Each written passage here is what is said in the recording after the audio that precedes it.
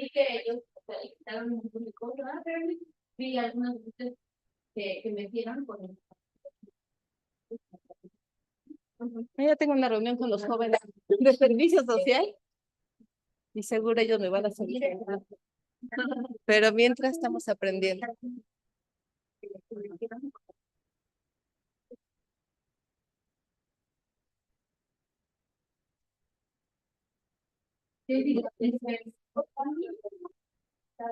No, yo sí, yo creo que pero mira, no me preocupa tantísimo por el hecho de que al final es lo mismo que pero nosotros podemos reproducir nuestro como estado. Muchísimo,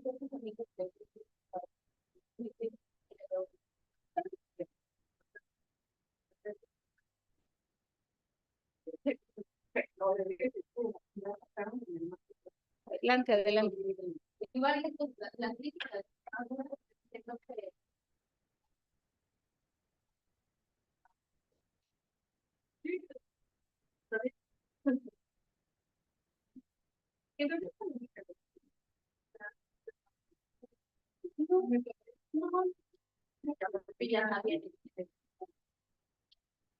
sí, pero también nos gusta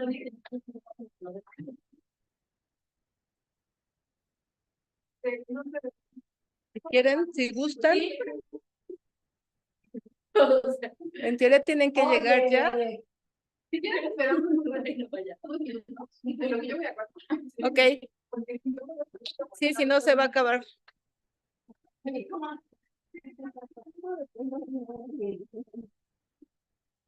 Faltan estudiantes porque...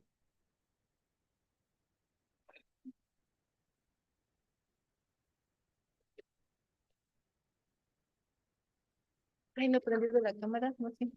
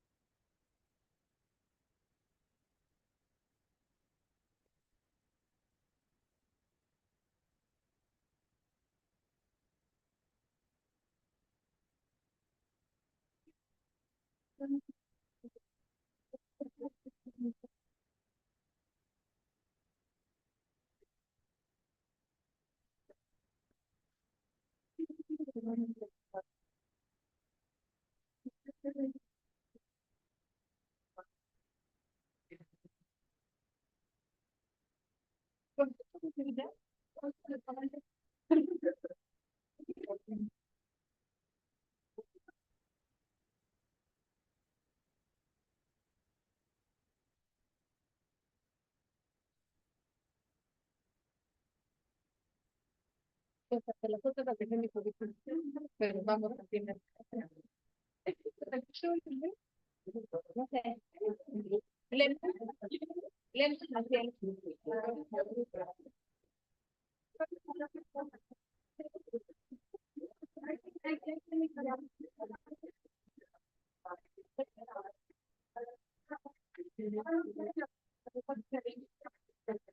Ellos ven.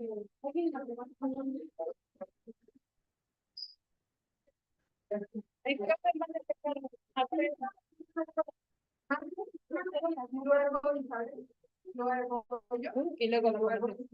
Muy bien. ¿Cerrarte?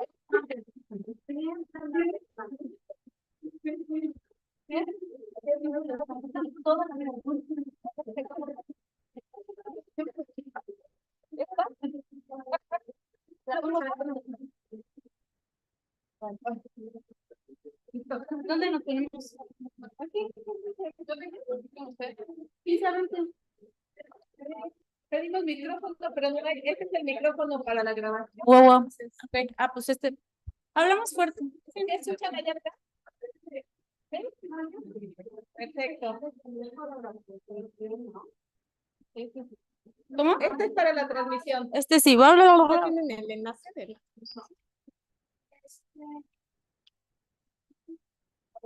Dejen solucionar el asunto del enlace. Como tuvieron que cambiar de canal. Tengo sed. Corre antes de hablar.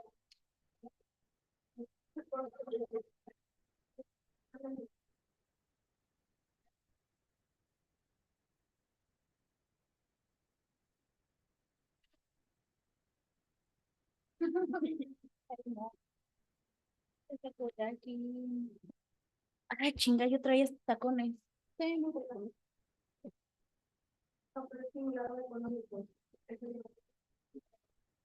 Traía tacones que la tendré muy bien.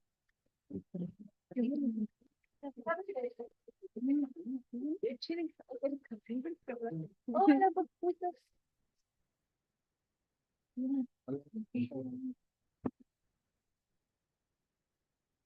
Bueno, bien, buenos días, jóvenes. Buenos días a toda la audiencia, bienvenidas, bienvenidos. Vamos a dar comienzo a la presentación del informe sobre la violencia sexual digital en contra de las mujeres en México. Este es un informe que fue realizada por diferentes académicas e investigadores y vamos a hacer la presentación formal, pero es importante que tomemos en cuenta la importancia de este tipo de violencias, que conozcamos cuáles son los diferentes tipos de violencias para ni ser víctimas, ni ser victimarias o victimarios, ¿no? Ese es un factor importante. Noviembre, además, es un mes de conmemoración.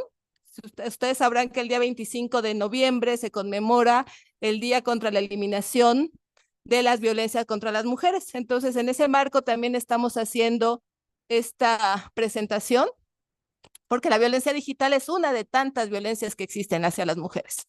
Entonces, vamos a dar inicio.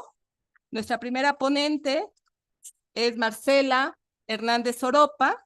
Ella es maestra en Políticas Públicas y Género por la Facultad Latinoamericana de Ciencias Sociales y es titulada con excelencia. Además, es licenciada en Negocios Internacionales por la Escuela Bancaria y Comercial. Coordina proyectos académicos y de incidencia en el Frente Nacional para la Sororidad. Es especialista en prevención de violencia con enfoque de masculinidades. También es cocoordinadora de la Red Nacional de Masculinidades Cómplices por la Igualdad, Men Engage México. Bueno, no se pronuncia en inglés, perdón por la mala pronunciación, pero bueno, vamos a dar comienzo porque es importante. Este trabajo es promovido por dos organizaciones muy importantes en este país, que es el Frente Nacional por la Sororidad y la Red de Defensoras Digitales. ¿Sí? El Frente Nacional para la Sororidad surge con Olimpia, que es la promotora de la ley Olimpia, ¿no? Y eso es bien importante porque ella fue una víctima de violencia sexual digital. Y fue a partir de todo el trabajo que realiza esta organización y ella para promover que se generara el marco legal que permitiera sancionar este tipo de violencias. Entonces vamos a darle la palabra a Marcela y... Sí. Bueno. Bueno, primero que nada, muchas gracias chicas y chicos por estar acá. Es un gusto poder presentar este trabajo en esta facultad, en esta universidad. Siempre es bonito que la UNAM nos reciba y más sus estudiantas y estudiantes. Bueno, pues les cuento a manera de, como de contexto a esta investigación, que es, como lo comentaba la profesora Beatriz, un esfuerzo conjunto. De hecho, no nada más de nosotras como Movimiento de Ley Olimpia, como las defensoras digitales del Movimiento de Ley Olimpia, sino que convocamos a un conjunto de investigadoras e investigadores expertas y, bueno, un experto y las demás expertas en diferentes temas, incluyendo, como decía, también el enfoque de masculinidades, además de la teoría y perspectiva feminista, ¿no? Pues yo quisiera presentar también a mi compañera, bueno, las van a presentar, pero bueno, rápido está mi compañera Isabel, que es parte de nosotras, de la red de defensoras digitales, y también la profesora Itzel Contreras, que fue parte del equipo de investigadoras. Este informe se hizo a lo largo de 2023, empezamos en enero de 2023 y concluimos en marzo de 2024, y nuestra primera presentación de este informe fue apenas en el mes de octubre en Sudáfrica, en uno de los congresos como más importantes del mundo pues en donde se exponen trabajos sobre violencia sexual contra las mujeres, sobre violencia contra las infancias. Se llama SVRI o SVRI. Y bueno, es un congreso bianual que organiza esta organización, que justo lleva el mismo nombre, Sexual Violence Research Initiative. Y bueno, pues ahí se seleccionan entre los mejores trabajos del mundo y también los más relevantes, ¿no? En cuanto a los temas coyunturales. Entonces, bueno, el nuestro fue seleccionado para ser presentado también en la sala principal de ese congreso y bueno, ahora lo traemos aquí. Ahora sí, empiezo un poco con la introducción. Bueno, ¿me ayudas? Para hablar de qué es la ley Olimpia, no se puede empezar a abordar sin contar un poco de cómo surge esta movilización, que es a partir de una víctima de Olimpia Coral Melo, que si bien casi todo el mundo sabe que su video sexual fue difundido primero en grupos de WhatsApp, luego en redes sociales y llegó a mercados de explotación sexual digital de todas partes del mundo, lo que trajo para ella un montonal de consecuencias horribles para su vida, entre ellas que que haya intentado incluso quitarse la vida 3 veces. También trajo, cuando ella intentó denunciar, muchísima revictimización institucional y que se diera cuenta que había un vacío legal muy fuerte. Fue entonces cuando también se dio cuenta, bueno, gracias al apoyo de su familia, principalmente de su mamá, se dio cuenta que ella era víctima de una violencia que ni siquiera se podía nombrar en ese tiempo, ¿no? De que ni siquiera, pues eso, tenía nombre, no aparecía en ninguna ley, en ningún estudio, en ningún documento que existiera esta forma de violencia, y pues tampoco nadie le había dicho que ella no era culpable. Fue así que ella buscó, cuando se dio cuenta, que buscó otras chicas que estaban pasando por lo mismo, se dio cuenta que eran muchísimas. La diferencia es que la mayoría de ellas no tenían el respaldo de su familia. Y entonces fue como se creó esta agrupación, se funda el Frente Nacional para la Sororidad, que es la forma en que bueno, como activistas, como sobrevivientes de esta forma de violencia, nos agrupamos y decidimos caminar por esta ruta de llenar esos vacíos legales y crear lo que llamamos ahora la Ley Olimpia, que podemos definir en dos vertientes. Ahora podemos definir Ley Olimpia como un gran movimiento feminista latinoamericano que busca justamente espacios seguros para las mujeres, el acceso a la vida libre de violencia también en el espacio digital y a través de las tecnologías digitales, ¿no? Incluyendo la inteligencia artificial.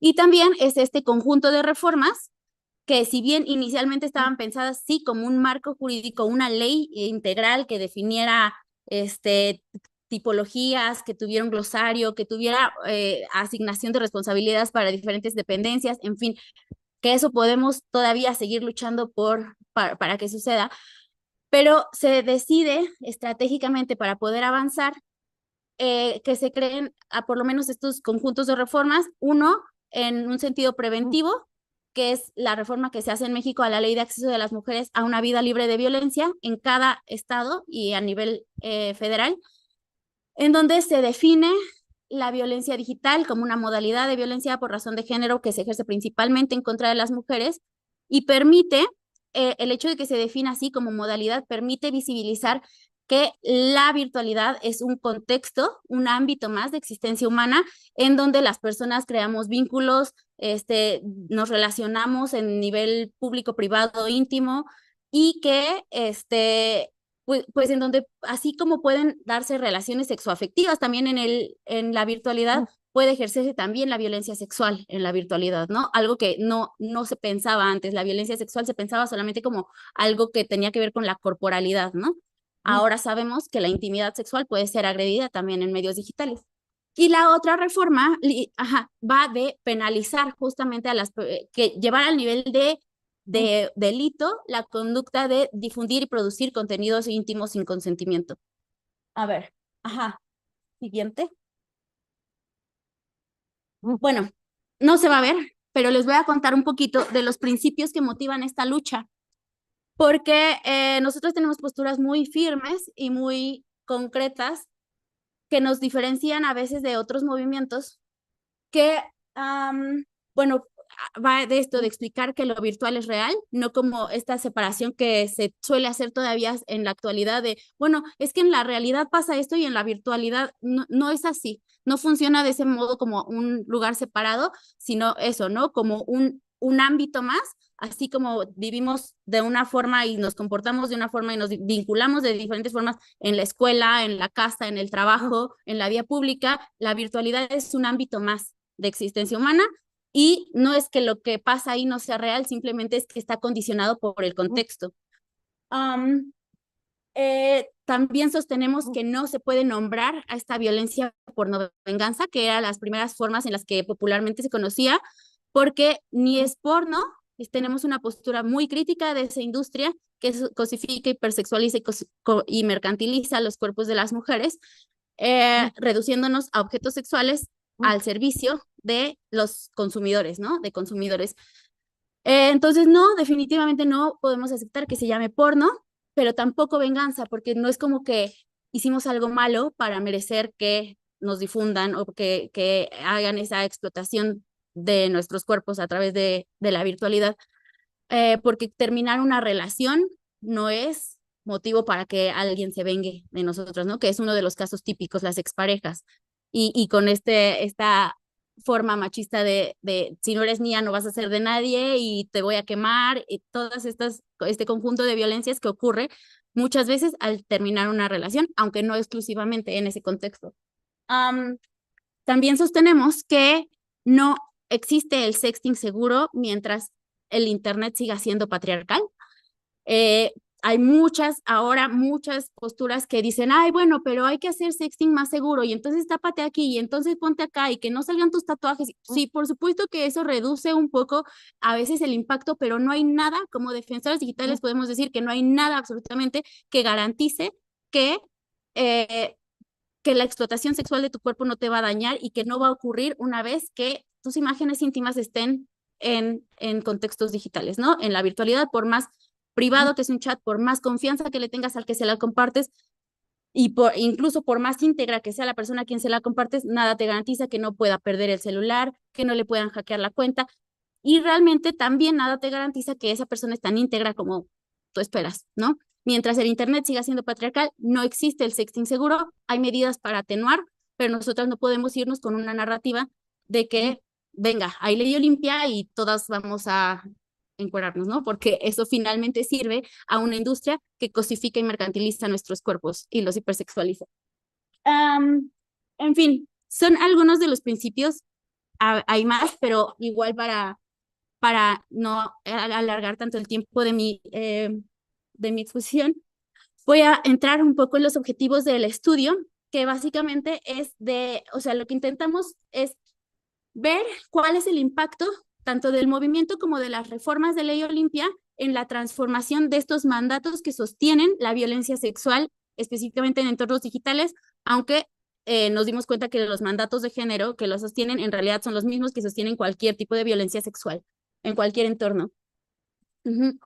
Ahora sí, ya, igual y hablé un poco ya del movimiento. Si quieres, le puedes... Ajá. Sí, todo eso ya lo dije. Acá. Ok.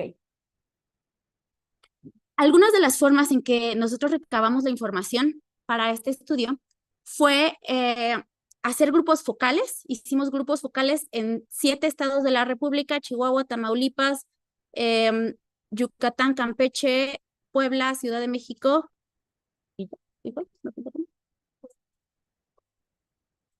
Y bueno, no me acuerdo, me parece que ya fueron esos.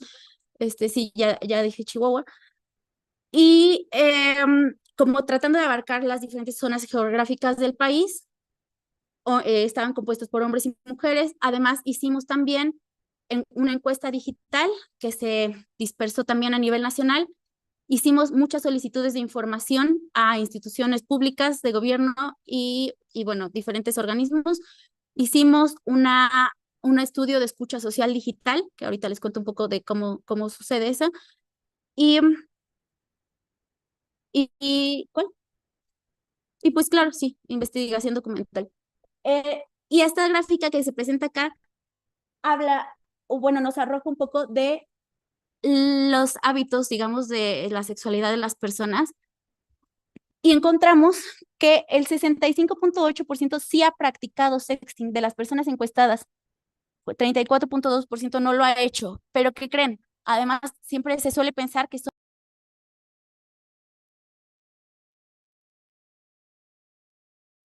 han practicado sexting. Si se fijan en la gráfica, hay personas hasta de más de 60 años. ¿Qué quiere decir?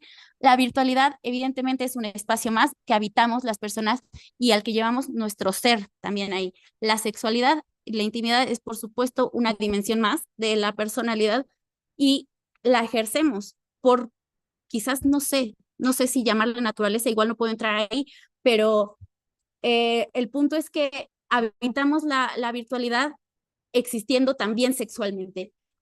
Siguiente. Pero ¿qué pasa? La virtualidad tiene algunas particularidades que no tienen otros ámbitos. Y entre ellas podemos nombrar la posibilidad de hacer perfiles falsos, de mantener el anonimato.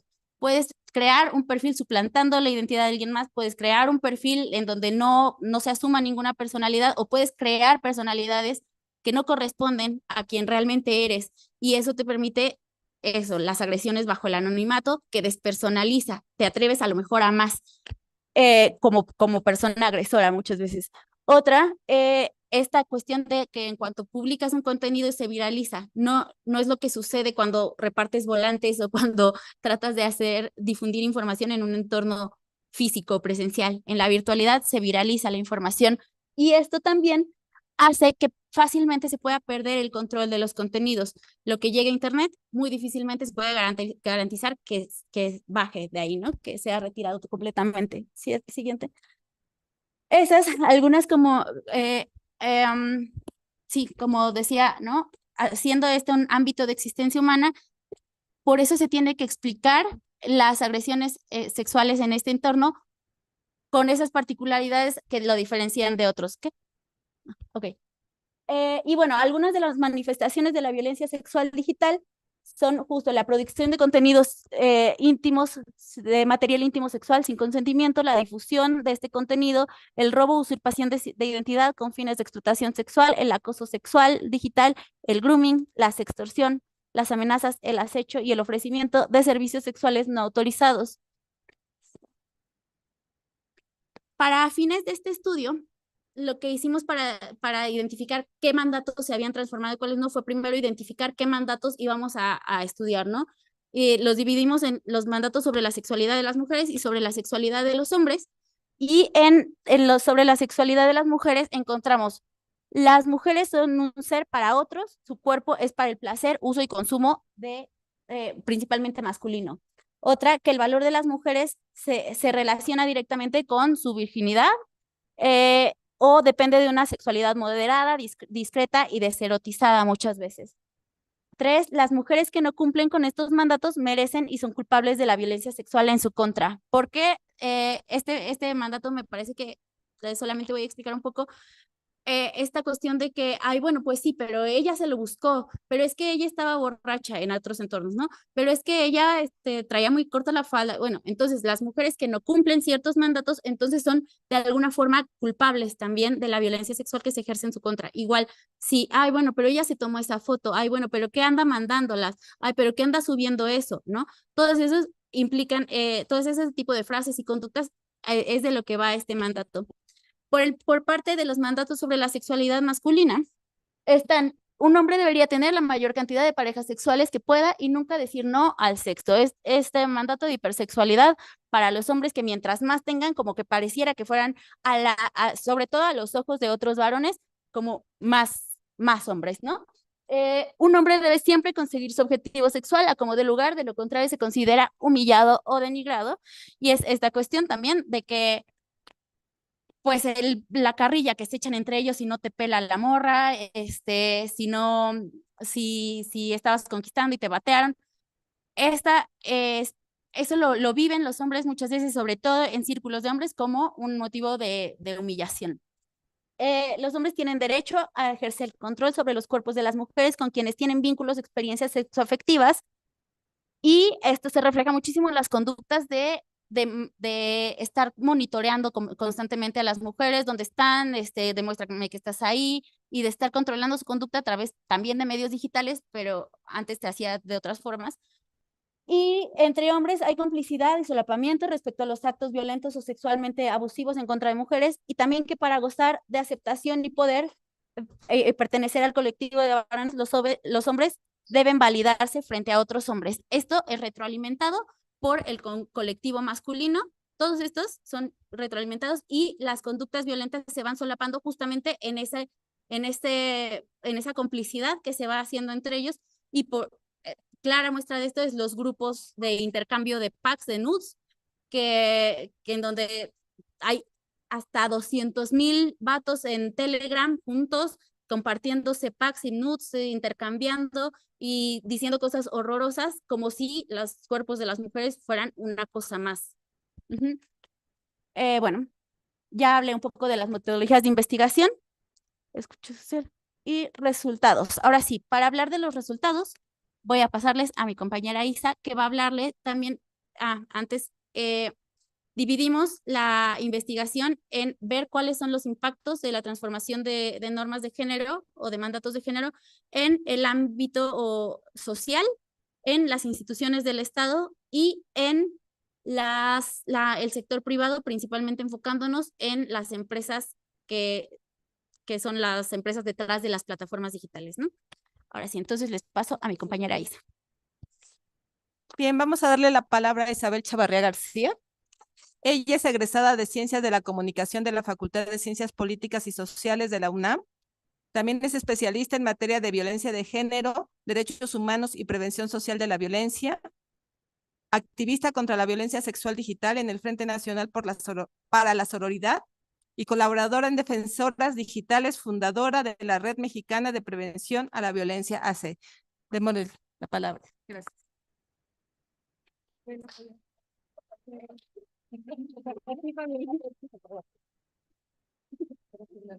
Bueno, buenos días a todas y a todos. Pues muchas gracias por estar aquí, por interesarse también en este tema. Y pues bueno, como mi compañera Marcel lo venía diciendo, es una investigación que se realizó en 3 rubros, que es el social, el institucional y el privado, ¿no? En mi caso, estuve más enfocada en la parte institucional. Esto quiere decir que dentro de esta investigación el papel era saber qué tanto ha funcionado Ley Olimpia y qué tanto ha funcionado en esta transformación de los mandatos de género que explicaba ya mi compañera, pero en el ámbito gubernamental e institucional. Sabemos que pues en México pues el sistema de justicia a veces no es el que quisiéramos. Sin embargo, a través de esta investigación, a través de esta investigación, pues pudimos tener algunos hallazgos importantes desde la aprobación y un poco antes también de la aprobación de Ley Olimpia. La primera vez que se presentó ante un congreso Ley Olimpia fue en 2018 en Puebla, y de ahí le siguieron los 32 estados hasta 2021, que se aprobó a nivel nacional en la Cámara de Diputados. Pero para ello pasaron muchas cosas, ¿no? Y antes que ello, en esta transformación de los mandatos de género del cual venimos hablando, justamente a veces creemos que pues en nuestro imaginario social de repente tenemos estos mandatos de que las mujeres, como bien lo comentaba Marce, pues si no cumplen ciertos mandatos, como el no enseñar tanto cuando nos vestimos o no salir de noche, que son ciertas cosas que a veces nos estigmatizan y nos encasillan en ciertos roles. En las instituciones pasa lo mismo, y pasa lo mismo con la revictimización, por ejemplo, ¿no? En toda esta parte, en el momento en el que una persona va a denunciar y a veces existen estos prejuicios por parte de las instituciones, de funcionarios, etcétera, ¿no? Y para ello quisimos hacer una evaluación, ¿no? De cómo funciona, ¿no? Cómo está funcionando Ley Olimpia en las instituciones, y nos enfocamos principalmente en 3 metodologías, que fue la investigación documental. Enviamos alrededor de 380 solicitudes de información a nivel nacional, y también pues la escucha social digital, que la escucha social digital pues es una metodología en donde a través de un query, que es una herramienta que busca las conversaciones sobre un tema en específico, en este caso Ley Olimpia, para saber qué tanto está hablando la población de estos temas y de qué manera, si es bueno, si es malo, etcétera. En este caso, pues evaluamos cuentas gubernamentales de instituciones, ¿no? Por ejemplo, y mujeres, policías cibernéticas, sobre todo en Twitter, que es donde más se da esta conversación a nivel institucional. Y bueno, para comenzar con los resultados que obtuvimos de ello, pues para empezar, pues a través de las solicitudes de información, que fueron 380, de esas tuvimos alrededor de 229 que nos respondieron de manera satisfactoria. No todas nos respondieron de manera satisfactoria porque pues no tenían la información o no correspondía a esa dependencia, entre otras imposibilidades, ¿no? También por temas de tiempo que requiere todo un proceso, ¿no? Sin embargo, pues a partir de ello logramos sacar estas 229 respuestas por parte de las instituciones. ¿Y qué es lo que preguntamos? Lo que preguntamos fue qué tanto ha servido Ley Olimpia y qué actividades se han realizado contra la violencia sexual digital en las instituciones a las que les debería de corresponder esta actividad. Entre ellas, pues comisiones de derechos humanos, que son instituciones independientes, también el Instituto de las Mujeres o los institutos de las mujeres en los estados a nivel estatal, no en todos se llama igual, en algunos son secretarías, institutos, etcétera, ¿no? También fiscalías, que para ellos hicimos una pregunta muy específica sobre el número de carpetas iniciadas por el delito de violación a la intimidad, que es Ley Olimpia. Y también pues algunas otras educativas, ¿no? Creemos que también las instituciones educativas tienen una amplia incidencia, al menos en la parte de prevención, y pues policía cibernética. Son algunas de ellas, también el Poder Judicial, y encontramos pues bastantes actividades que han realizado, sobre todo a nivel preventivo.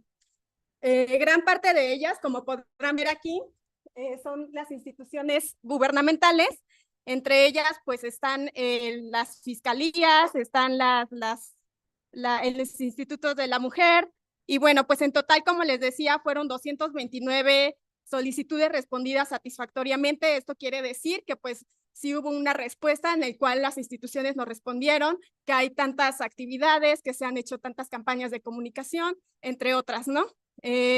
Las que más nos contestaron fueron las instituciones que tienen que ver con género, con diversidad y con mujeres, en donde pues 57 de ellas pues nos respondieron, ¿no? A nivel nacional y a nivel local, y gran parte de ellas, ahorita lo vamos a ver, pero pues son actividades a nivel preventivo. Después tenemos a las comisiones de derechos humanos y atención a víctimas, entre ellas la CEAF o la CDH, CNDH también, que también realizan muchas actividades a nivel preventivo. Las policías cibernéticas, y también fueron como las 3 primeras que nos contestaron con mayor satisfacción. Y de ahí, pues, le siguen las secretarías de educación a nivel estatal, las fiscalías y procuradurías, y finalmente los gobiernos estatales y ayuntamientos o alcaldías, y al final tuvimos los tribunales del Poder Judicial. Y bueno, pues gran parte de estas instituciones, lo que nosotros queríamos era saber justo también de qué se estaba haciendo, ¿no? Se habla muchísimo a nivel mediático también de Ley Olimpia, o al menos eso lo pudimos comprobar en las cuentas de Twitter o ahora X, en redes sociales, por parte de la metodología de escucha social digital, pero cabe decir que también hicimos entrevistas. Estas entrevistas las hicimos a 17 funcionarios a nivel nacional, de distintos estados, como pudieron ser la Fiscalía de Zacatecas, la Policía Cibernética de Puebla, el presidente del Infomex, en fin, fueron varias instituciones a las cuales entrevistamos, y mujeres también entre ellas. Y pues bueno, varias de ellas sí nos dijeron que ha habido una diferencia. La mayoría de ellos concordó en que antes de Ley Olimpia, o de que se supiera de que existiera la violencia sexual digital a este grado de consecuencias, digamos, fueron personas y funcionarios que sí reconocieron que antes de la Ley Olimpia ellos no sabían que este tipo de violencia existía, o bien que sí existía, pero que no era tan grave. Una vez cuando hicimos las entrevistas, pues realmente tuvimos bastantes testimonios de estos funcionarios, en donde mencionaban que sí, justamente, por ejemplo, Policía Cibernética de Puebla mencionaba que antes de la Ley Olimpia sí les llegaban casos de violencia digital, pero que trataban de encasillarlos en otro tipo de delitos, como en el entonces ahora inexistente delito de la calumnia, por ejemplo, ¿no? O ciertos delitos, o la amenaza, por ejemplo, pero pues no eran tal cual delitos que se refirieran a la difusión de contenido íntimo. Esto todavía no existía, entonces ellos tenían que maniobrar un poco para poder encasillar este tipo de casos. Entonces ahora cuando se aprueba la Ley Olimpia, pues ellos incluso crearon una unidad especializada para poder atender este tipo de casos. Cabe decir que a nivel nacional se creó la primera unidad de atención a la violencia a la violencia digital, que en este caso es la unidad de atención, la agencia especializada de atención a delitos contra la intimidad sexual, que está aquí en la alcaldía Venustiano Carranza. Y bueno, esa fue la primera, y me parece que es la única que es especializada justamente en atender casos referidos a Ley Olimpia. Y tenemos otro caso a través de las solicitudes de información, donde está en proceso también la apertura de otra unidad especializada en el estado de Oaxaca. En el estado de Puebla existe algo muy similar, pero no es tan especializado. Sin embargo, también surge a partir de la aprobación de Ley Olimpia. Todas estas unidades surgen a partir de Ley Olimpia, de la aprobación. Y bueno, pues en estas instituciones, pues lo que hacen también es reconocer que antes no se tomaba en cuenta. Por ejemplo, la entrevista con el funcionario de la Fiscalía de Zacatecas, pues mencionaba que reconocía eso, ¿no? Que antes no se sabía que era tan grave, pero después de ello empezaron a capacitarse más, ¿no? Las unidades al interior de la Fiscalía de Género y en general de toda la Fiscalía comenzaron a tener capacitaciones internas. Y de ahí podemos sacar algunas muy importantes en las que también ha participado el Frente Nacional para la Sororidad y también pues defensoras digitales, ¿no? La Fiscalía de la Ciudad de México, por ejemplo, hace constantemente laboratorios de capacitación a su personal y también, también el Poder Judicial ha tenido actualizaciones en cuanto a cómo se llevan estos casos. Entonces, pues bueno, existe el interés. Sin embargo, cuando nosotras hicimos las solicitudes de cuántas carpetas y cuántas investigaciones se han hecho por delitos a la intimidad sexual, pues eran muy pocas, ¿no? Sobre todo cuando se aprobó Ley Olimpia, y ahorita lo vamos a ver en una gráfica, pero hubo más denuncias, ¿no? Al momento de que se aprueba. Sin embargo, las sentencias son casi inexistentes debido a pues todo el sistema de justicia que pues ya conocemos en México, ¿no? Sobre todo en temas de género. La siguiente. No, ahí. Sí, sí, no. Y bueno, por ejemplo, aquí podemos ver lo que les explicaba de las actividades que están haciendo las instituciones con mayor frecuencia, ¿no? Por ejemplo, tenemos a las secretarías de educación, que ahí tienen sobre todo, la mayoría de las instituciones está en morado, son talleres y conferencias pues a estudiantes. La mayoría de estas actividades son dirigidas a estudiantes de nivel bachillerato y en segundo lugar a nivel secundaria. También tenemos que hay otro tipo de actividades como la creación de infraestructura, como les decía, lo de la creación de estas unidades especializadas en las fiscalías.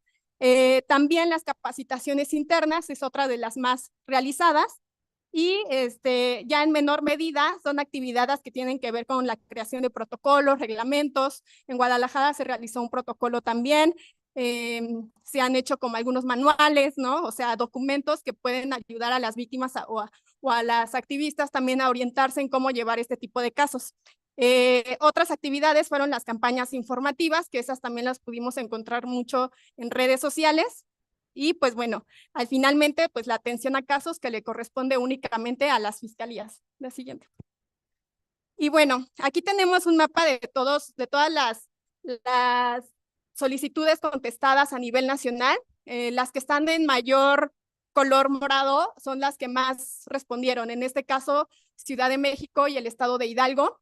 Y como pueden ver, todo se centra un poco más en el centro del país, en Puebla, en Oaxaca, un poco en Guerrero también, en donde pues esto quiere decir que hay más disposición de los estados de la República, de estos estados, para responder ante casos de violencia digital, ¿no? Ellos fueron los que más nos respondieron de manera satisfactoria en las solicitudes de información.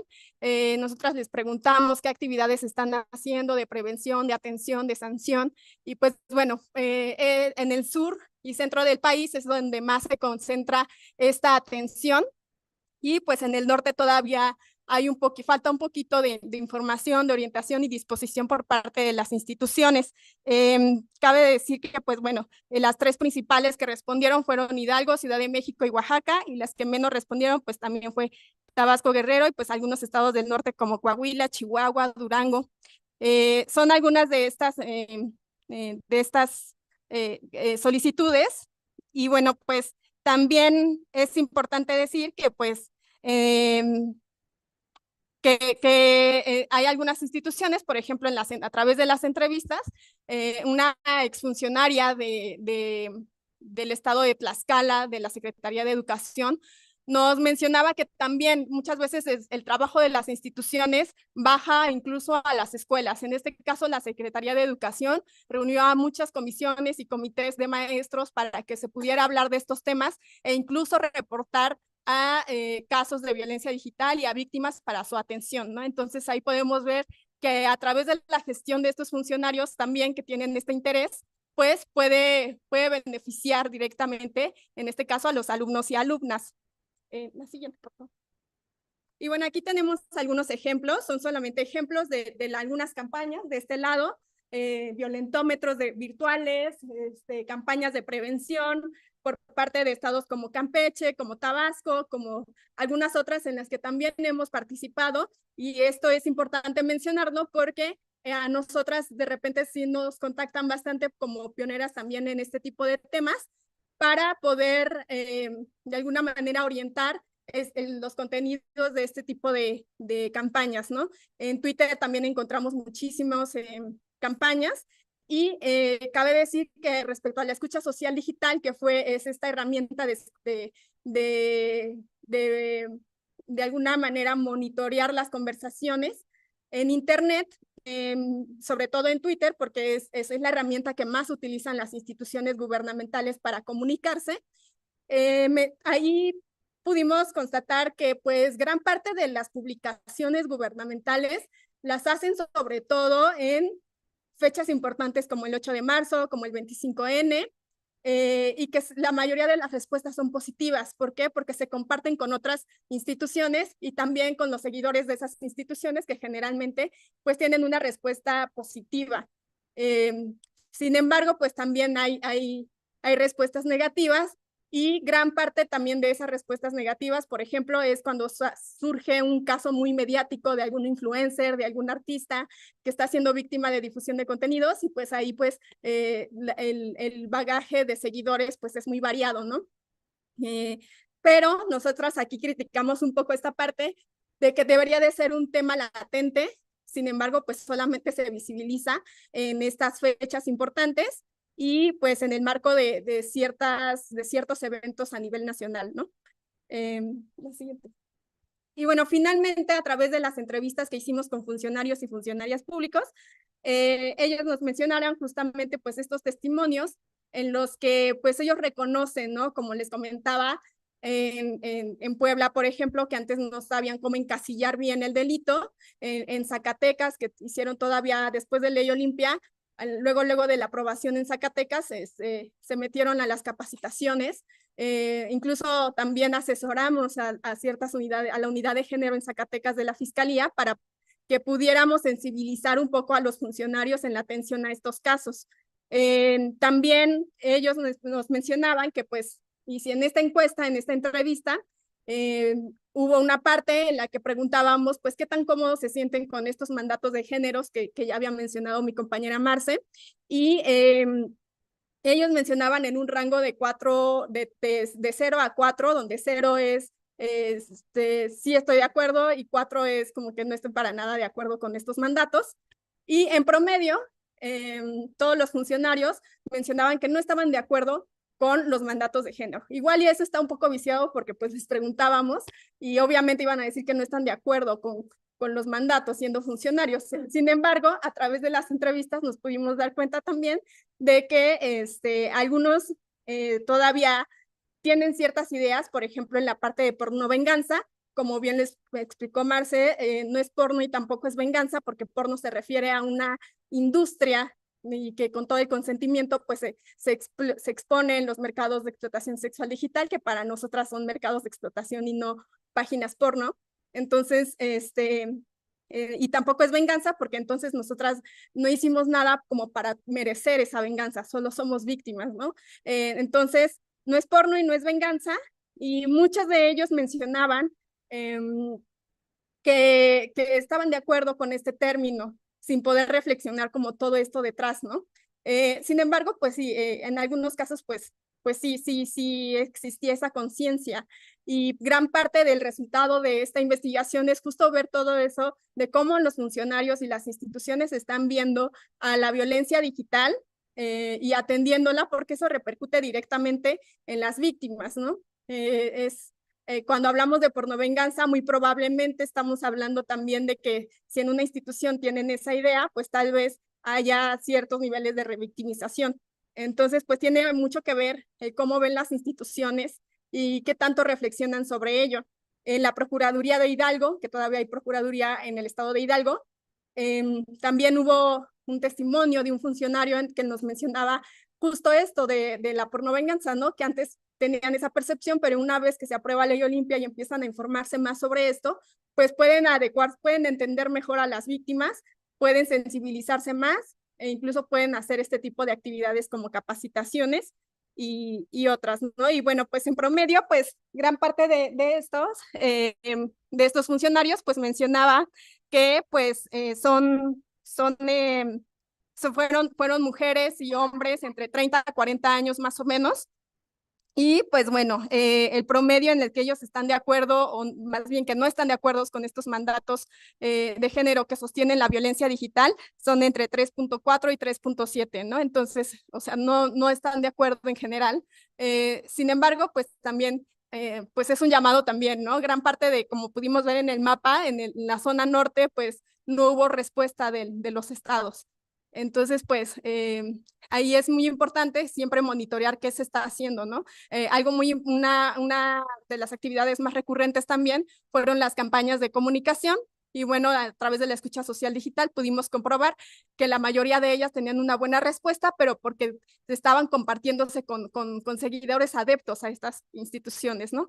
Pero ¿qué pasaría si eso lo publicamos en otros donde existe gran parte de agresores, ¿no? Tenemos un primer informe de violencia digital en donde pues también hicimos este ejercicio de escucha social digital y gran parte de los perfiles de los agresores pues siguen ciertas cuentas, ¿no? Sobre todo de humor negro, influencers de humor negro, y otras cuentas, ¿no? De contenidos que son machistas. Entonces, pues bueno, ¿qué pasaría si esas campañas los compartimos ahí? Seguramente la respuesta sería diferente. Pero bueno, son algunos de los hallazgos y ahora le cedo la palabra a nuestra compañera Itzel, que también hizo un gran trabajo junto con otras compañeras que ahorita se encuentran en Guanajuato, pero que pues hubo bastantes resultados en el tema social y también en el sector privado. Gracias.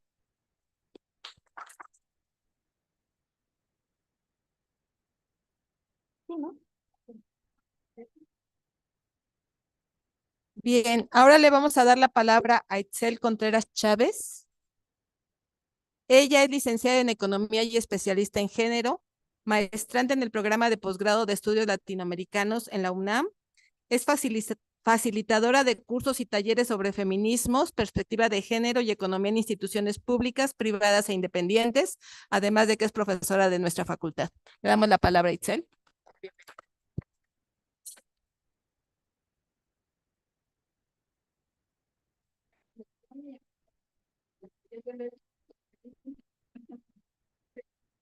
Nada más que así se llama, la especialización. No sé si me alcanza. A ver, voy a hacer todo lo posible. ¿Sí? Creo que hay. Listo. Bueno, pues gracias por su asistencia, su presencia.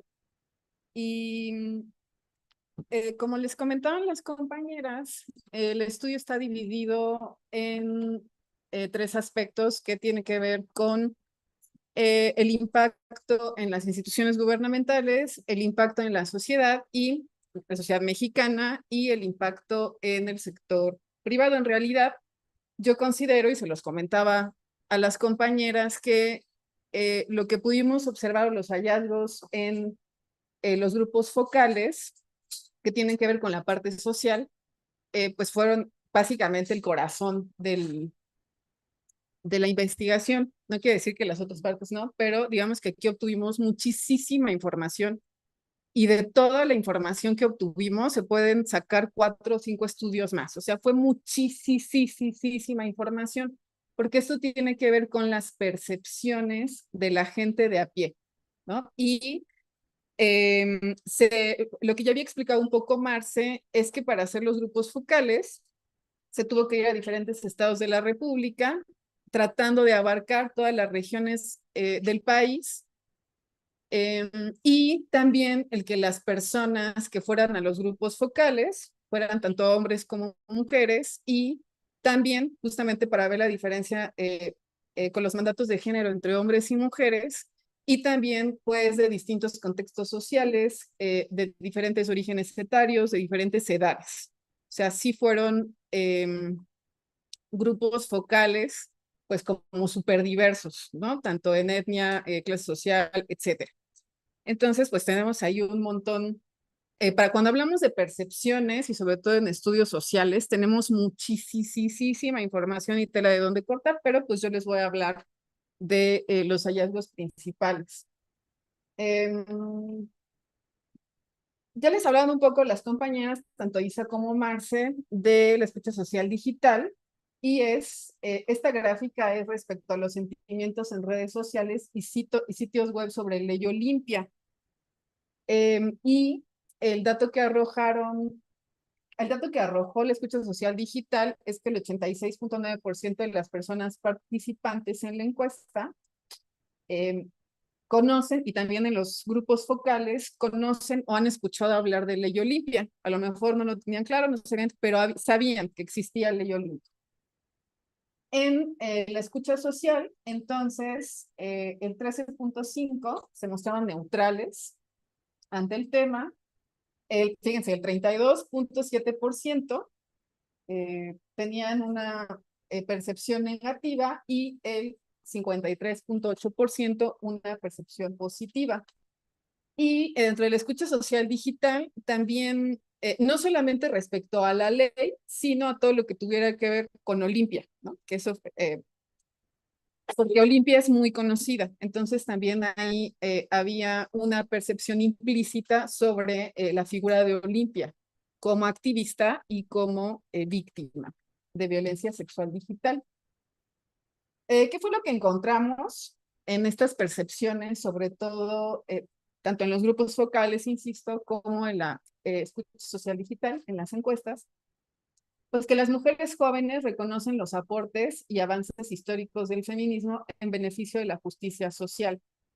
Muchos hombres menores de 30 años consideran que el movimiento feminista se ha excedido en sus demandas. Aquí, y esto lo comentaba un poquito Isa cuando ella decía, cuando les hacemos las entrevistas a los funcionarios, pues está viciado porque los funcionarios te van a responder respecto al protocolo. Cuando tú haces un grupo focal, y tienes tanto hombres como mujeres, como que sí hay un cierto, ¿qué se puede decir? Como una cierta mesura en los grupos focales, porque pues estás con personas que no conoces y además los grupos focales siempre son grupos pequeños, o sea, no rebasan las 10 personas. ¿Cuántos fueron, Marce, en los grupos focales? Como 10 personas, o sea, los grupos focales no rebasaban las 10 personas y se trataba de equilibrar hombres y mujeres. Y pues ahí digamos como que los hombres tenían una respuesta mesurada, pero cuando vemos la encuesta social, la encuesta digital, pues ahí como tú respondes en línea, pues las respuestas son distintas, no sé si me explico, ¿no? Entonces, bueno, esto es lo que arrojaron las opiniones. En este estudio se refuerza lo que en otros ya se ha dicho sobre lo que se está haciendo más amplia la brecha de pensamiento entre hombres y mujeres en las generaciones jóvenes. ¿Qué sucede? Que las personas jóvenes, sobre todo entre hombres y mujeres, sobre todo entre 20 y 40 años, como que están más vinculados con pues, las tecnologías digitales. Y las personas, tanto hombres como mujeres que tienen más de 40 años, pues incluso les cuesta trabajo reconocer, por ejemplo, qué es el sexting, ¿no? Si ustedes le preguntan a una mujer de 60, 50 años, un hombre de 50, 60 años, que apenas puede manejar el WhatsApp, pues qué va a saber de lo que es el sexting, ¿no? O de lo que es Ley Olimpia. Entonces, sí, vemos que sobre todo las opiniones respecto a la violencia sexual digital o a nombrar la violencia sexual digital, digamos como que quienes están más informadas son las personas jóvenes, ¿no? Y también tiene que ver sobre todo el contexto, por ejemplo, si son hombres o mujeres que viven en ciudades o si son hombres o mujeres que viven en el ámbito rural, que no están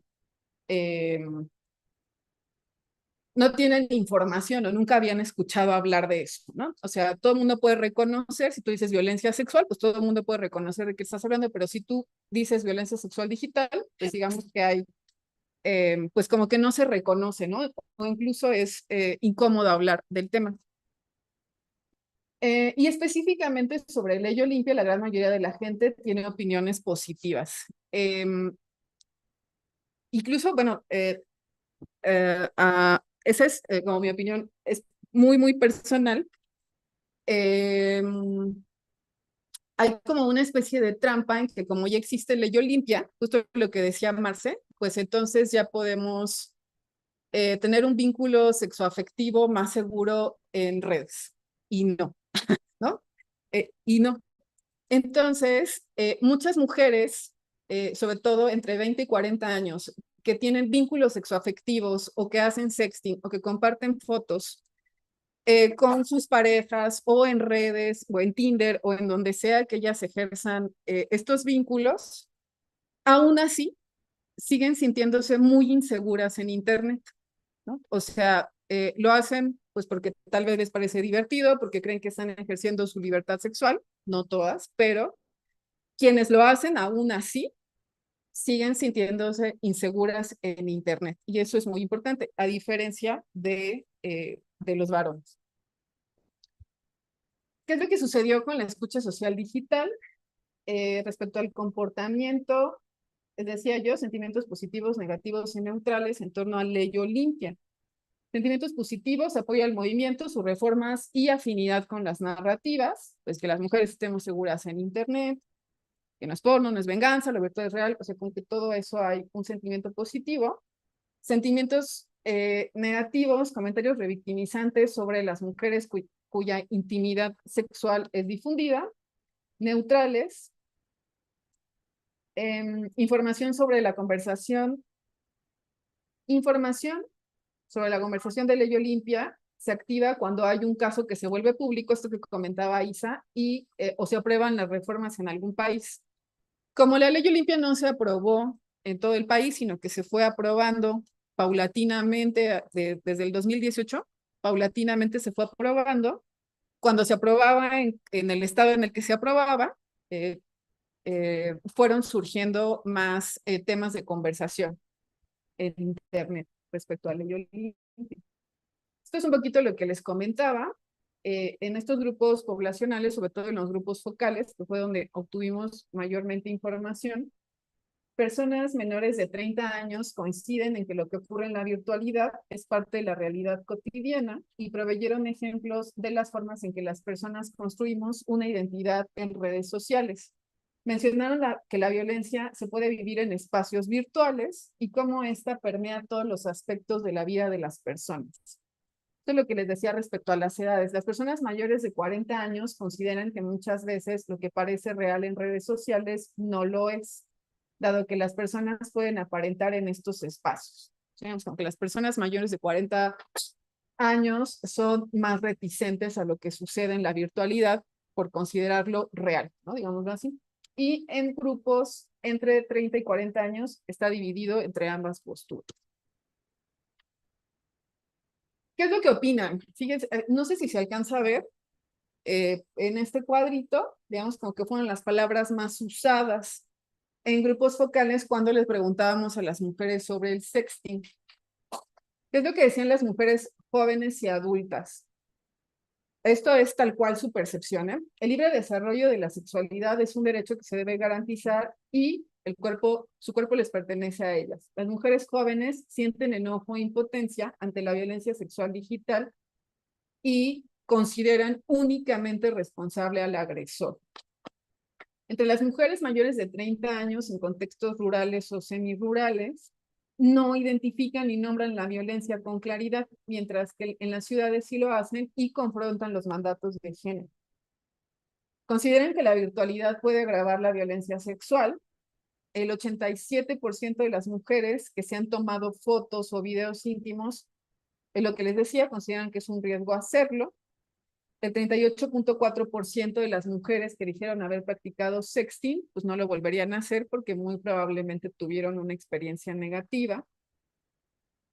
Reconocen que hoy en día la violencia en espacios digitales tiene nombre y por ende es más probable que se pueda denunciar. Lo que no se visibiliza no se puede confrontar.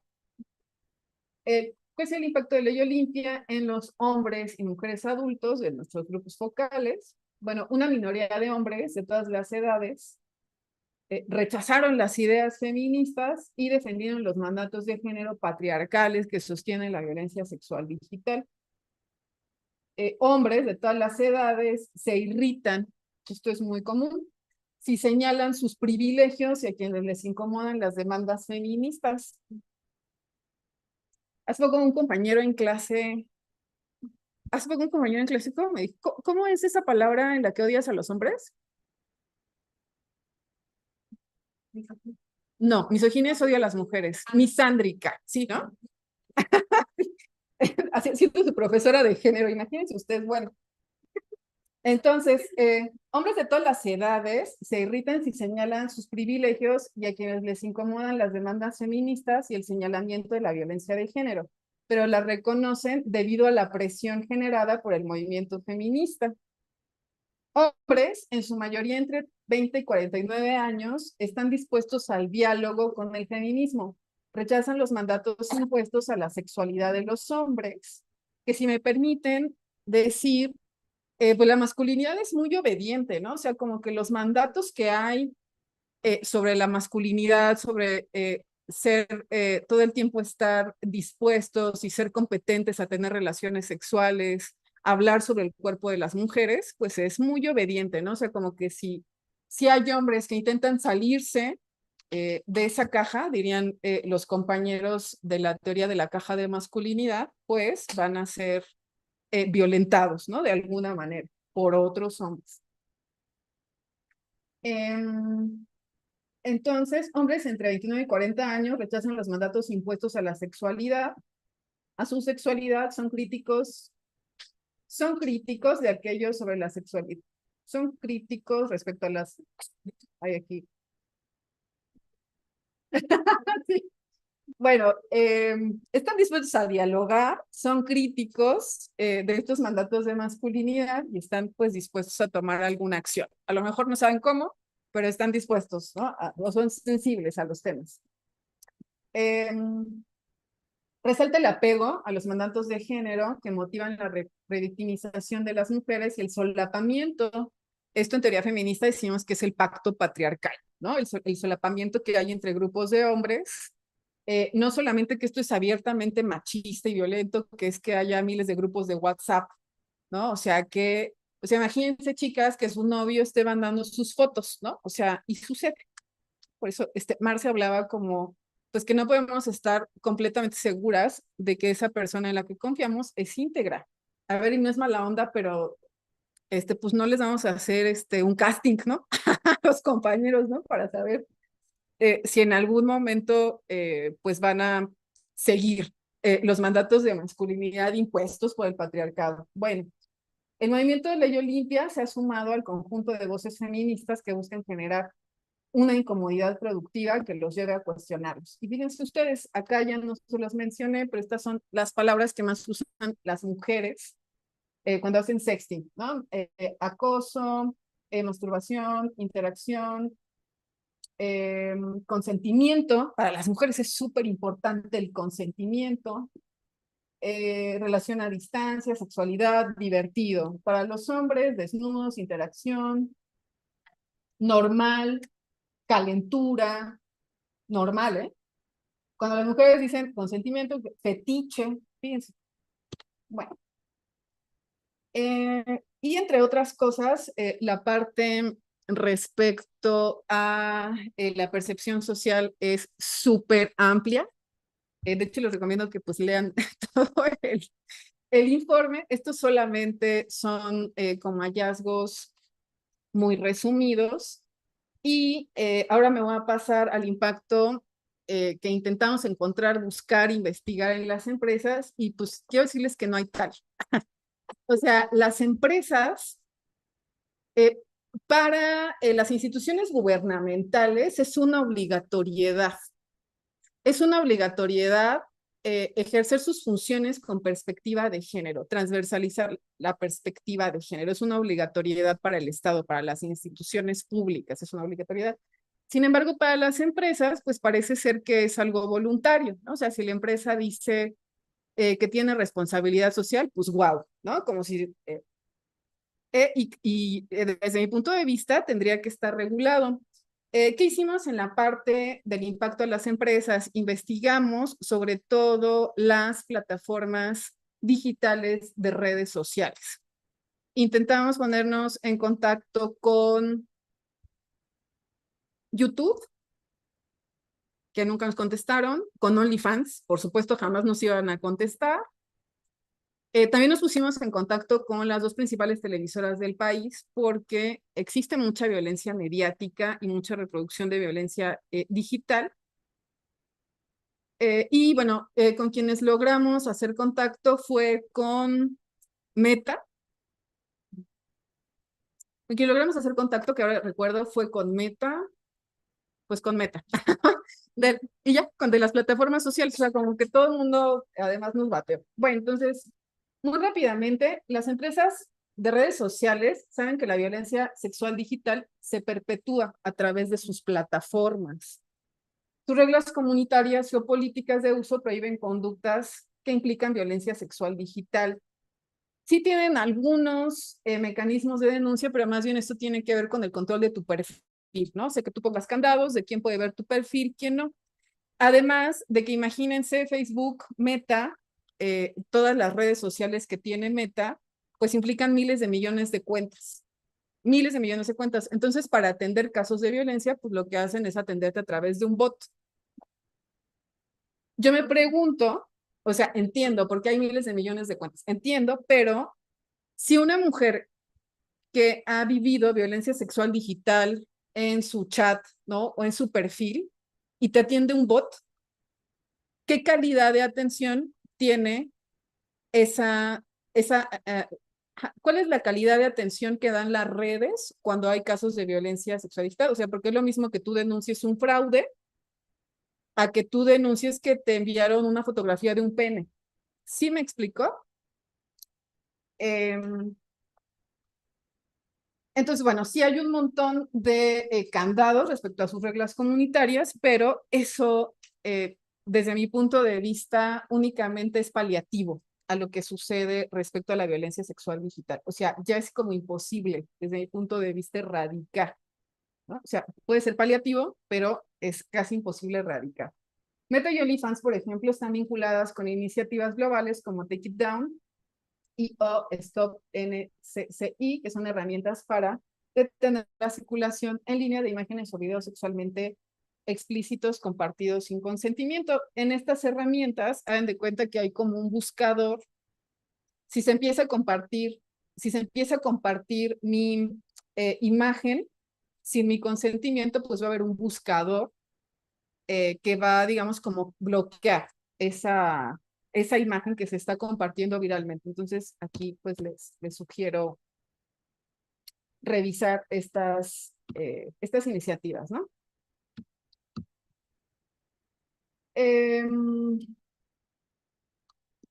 Y ya para terminar, bueno, aquí no se ve, no está en el informe porque no lo pusieron, porque lo editaron, pero yo me di a la tarea, bueno, yo me preguntaba por qué pues las plataformas digitales son espacios pues como tan machistas, o sea, porque realmente no hay, o sea, si tienen miles y miles de millones de dólares, ¿no? En ganancias, ¿por qué no activar campañas de prevención en contra de la violencia digital? Y que realmente eso tenga, eso pueda ser efectivo. Pues yo me puse a investigar a los dueños de estas empresas y pues nada más les voy a dar algunos datos, ¿no? El dueño de OnlyFans, que pues no solamente las compañías defensoras digitales o el Frente Nacional, sino las feministas radicales consideramos estas plataformas efectivamente como mercados de explotación sexual que dan pie a la trata, que dan pie a la prostitución y que dan pie a la explotación. ¿No? O sea, entonces, ustedes son consumidores de esto, pues vean todo lo que hay detrás. Entonces, bueno, pues Mark Zuckerberg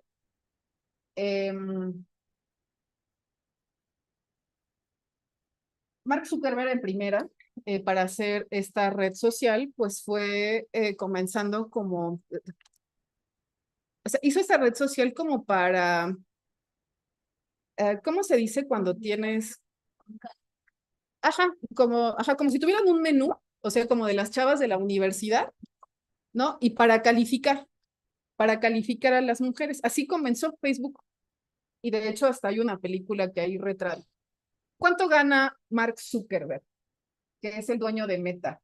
Gana, a ver si lo puedo pronunciar, 166.600 millones de dólares anuales. Este es un dato de Forbes del 2024. Entonces no tendrá dinero para prevención, ¿no? O sea, para hacer porque sí invierte miles de millones en AI, ¿no? Pero no hay absolutamente nada de presupuesto, o muy poco presupuesto para la prevención. Elon Musk, ahora el dueño de X, su fortuna es de, a ver si es que me lo pasó, ¿no se ve bien?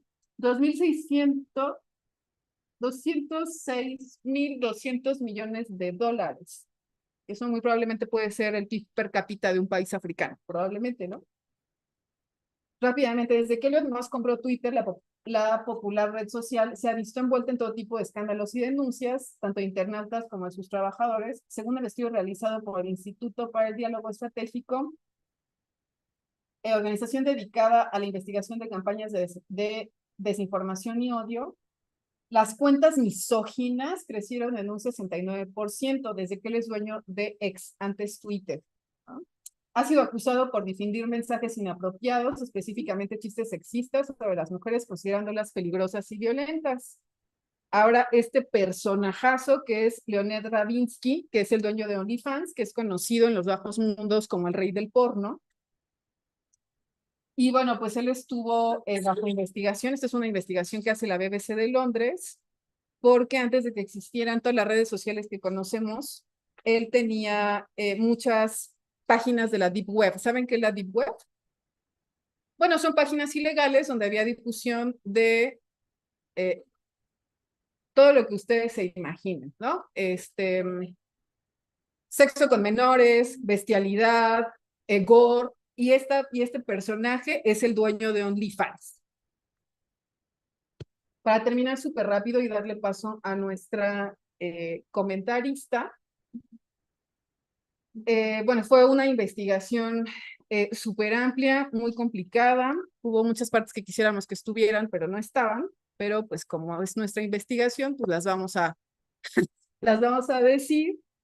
Y pues nada, si tienen alguna duda, alguna otra pregunta. Bueno, la conclusión respecto a el tema de las empresas es que no hay responsabilidad social respecto a la violencia sexual digital. En las empresas, los dueños de las empresas pues suelen ser con todos los privilegios que puede tener un varón desde la masculinidad hegemónica, hombres blancos, adultos, millonarios, burgueses y misóginos además, ¿no? Entonces, pues sería complicado que sus empresas podrían tener políticas con perspectiva de género. Pues nos quedan un montón de líneas de investigación en el tintero, o muchas líneas que se pueden abrir, y bueno, pues consideramos que la transformación social no tiene límites, y mientras haya mujeres o el movimiento feminista que visibilice estas violencias, pues la transformación social es posible. Y pues le damos paso, yo creo, a nuestra comentarista. ¿Sí?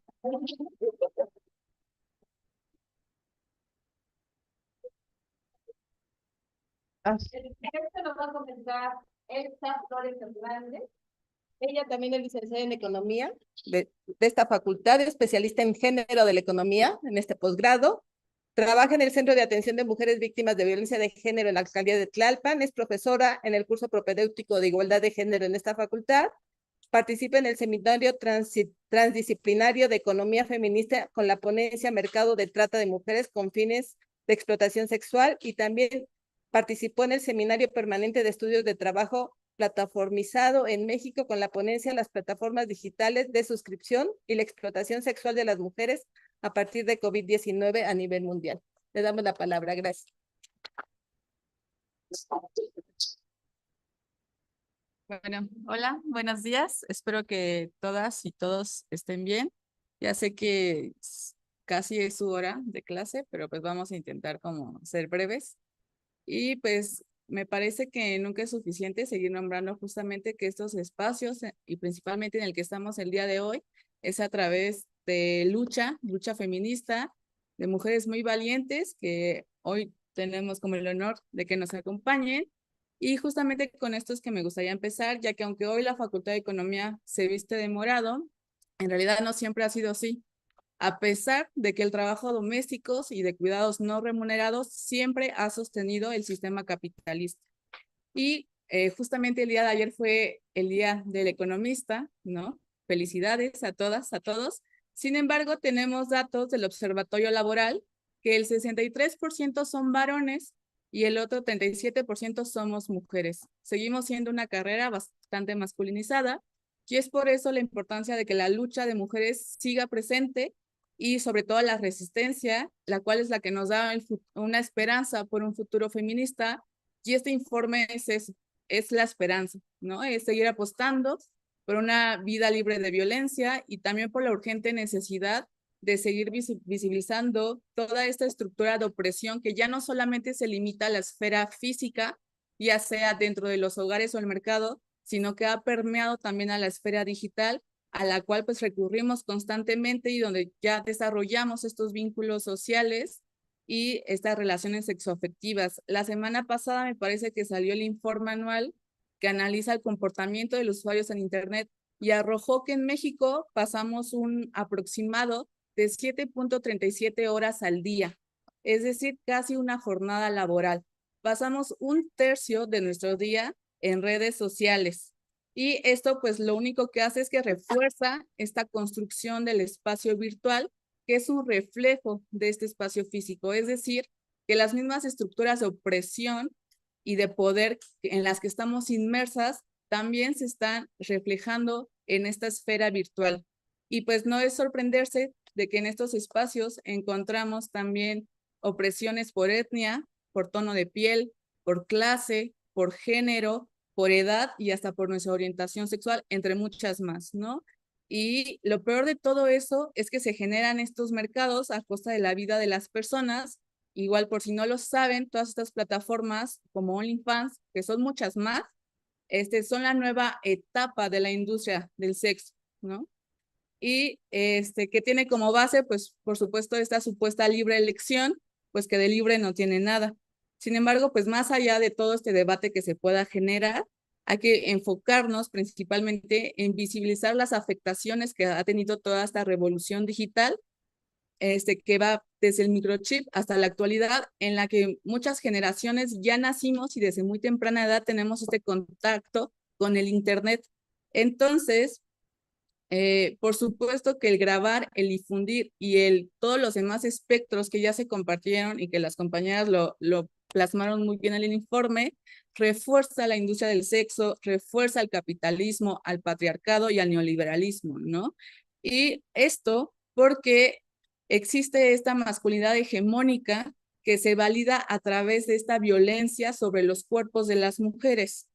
Y el difundir estas imágenes o demás contenido sexual, pues lo único que ocasiona es que los varones tengan mayor probabilidad de acudir a la industria del sexo, es decir, a la prostitución, a la pornografía, a todas estas plataformas que también están inmersas justamente con los hoteles, con los casinos, con los bares, con las tiendas de sex shop, ¿no? Y entonces, ¿dónde quedamos las mujeres en todo esto? Pues seguimos en la misma condición y posición social de subordinación. Somos excluidas social, política, económica y hasta culturalmente. Y también tenemos que cargar con esta culpa por el simple hecho de ejercer nuestro derecho sexual. En el reporte, y también ya nos lo compartieron aquí, hablan justamente de los principios que posee todo el movimiento de la Ley Olimpia, y uno de ellos, y el que más me gustó, porque aunque es cortito, es muy acertado, es el que lo digital es real. Y no podemos seguir restándole valor a lo que compartimos, a lo que vemos, a lo que hacemos en estas redes sociales, porque hay que resignificar estos espacios, ya que nosotras estamos habitando en ellos y porque bien nos los han dejado a través de todo este movimiento, es que no estamos solas, ¿no? Y justamente esta fuerza y sororidad que nos las dejó muy claro esta Olimpia Coral, junto con todo su equipo, es esta articulación de manera formal e informal para el acceso a justicia hacia nosotras las mujeres, y que se tiene como fruto pues todas estas reformas en el Código Penal que marca un precedente en el cual la digna rabia de las mujeres puede cambiar nuestra actualidad, ¿no? Y lamentablemente pues tenemos que la violencia que caracteriza esta cuarta ola es la violencia sexual. Y dentro de todo este espectro que abarca la sexualidad y la violencia, se nombra la violencia sexual digital. Es un precedente por parte también de este informe que lo nombra y es algo que me gusta mucho porque lo que no se nombra no existe, aunque lo escucharon de Sheinbaum, en realidad ella lo recoge de las feministas, ¿no? Y es importante volver a nombrar la violencia sexual digital, posicionarla y politizarla. Ahora, cuando nombramos todo este espectro también de la violencia sexual digital, reconocemos un estado patriarcal y Sheila Jeffries lo nombra un estado proxeneta por el vínculo que existe con la industria del sexo. Y pues bueno, más bien la idea principal de estos dos conceptos es visibilizar pues la poca estructura estatal que existía y que aún existe para la atención, la prevención y la erradicación de esta forma de violencia en nuestros entornos. Cuando nos metemos a estudiar la construcción del género, nos damos cuenta de que absolutamente todo influye en la manera en la que nos representamos como mujeres y como hombres, y que esto no siempre es igual porque va acorde a las lógicas del mercado. Actualmente nos encontramos con que la vida es muy precarizada, y entonces esta precarización lo que hace es que se cambian los roles. Los varones ya no pueden tener este rol de proveedor y las mujeres tienen que insertarse a la vida laboral. Lo que ocasiona es que nos validemos como género a través de la sexualidad. Y entonces las mujeres nos validamos justamente con esta libertad sexual, porque nos dicen que entre más sexualidad tengamos, más libres podemos ser, mientras que los varones están ahora entre el consumo de cuerpos de mujeres, ¿no? Eso les da esta idea de que son más hombres. Sin embargo, el factor clave aquí es el cómo nos enseñan eso, ¿no? La sexualidad de las mujeres siempre se ha visto desde la satisfacción en el otro por el sometimiento, y este sometimiento va a través de la vulneración de las personas, que es justamente esta difusión de los materiales íntimos. Sí, la pornografía nos enseña qué tipo de sometimientos existen, pero no es solamente eso, sino también toda esta difusión, y es aquí cuando identificamos que existe una relación de poder y de diferencia entre los hombres y los varones, y que todavía el entorno a través de este pacto patriarcal les dice que está bien, ¿no? Y los protege y piensa por el bienestar del individuo. Entonces nos regresamos justamente al principio de que lo digital es real, o cómo es que nombraríamos todos estos malestares que aparecen al momento de que nos enteramos de que se ha comenzado a difundir un material nuestro. ¿Cómo nombramos esta paranoia en la calle? ¿O cómo nombramos este acoso en la calle y en las redes sociales que comienzan a recibir, ¿no? Y en realidad es que todo es real. Y decir que no pasó nada es volver a encasillar a las mujeres como unas locas, como unas dramáticas, como unas exageradas, ¿no? Es invalidar y no reconocer realmente las afectaciones que se está teniendo en la vida de las personas, solamente porque no se tiene esta visión de igual con la pareja. Yo creo, yo creo que hasta aquí lo dejo, y pues realmente los invito a que lean el informe. Está muy bueno, está muy interesante, y pues ya, adiós.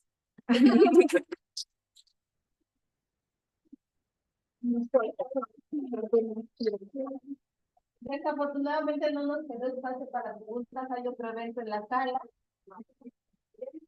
Pero les vamos a pedir que nos hagan llegar las preguntas y se las hacemos llegar a nuestras ponentes y comentaristas para responderlas y podamos incluso armar otro evento, ¿no? Les agradecemos por su presencia. Hasta luego. Pero no pueden tomarse los dos. Es decir, podemos darlos, perdón. O sea, a quien más le haya interesado, grite más fuerte. Sí, tú sí.